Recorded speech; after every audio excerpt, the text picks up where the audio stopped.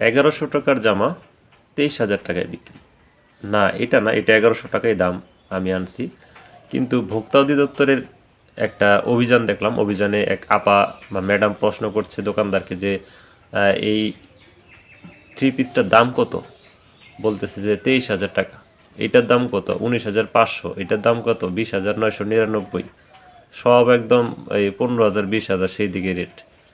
আস্তে আস্তে বলতে বলতে ভোক্তা অধিদপ্তর আপা যখন বলল যে আচ্ছা এগুলো কোথা থেকে নিয়ে আসছেন, দেশের কোনো নামেই নেই ভাই, বিদেশ, পাকিস্তান, সৌদি আরব, বাহরাইন, কাতার, সিঙ্গাপুর, মালয়েশিয়া, ওই দিক থেকে সব কাপড় চলে আসছে ওই দোকানে।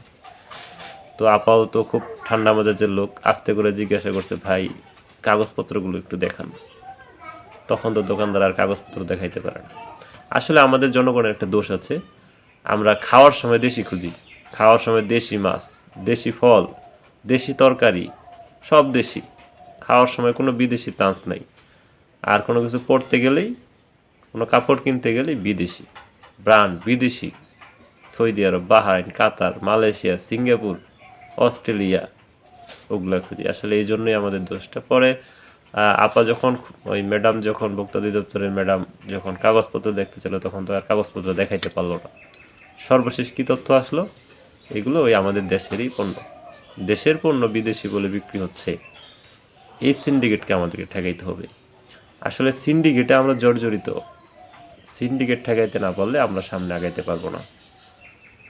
BD71I সিন্ডিকেট প্রকাশ করে যাচ্ছে, প্রকাশ করবে।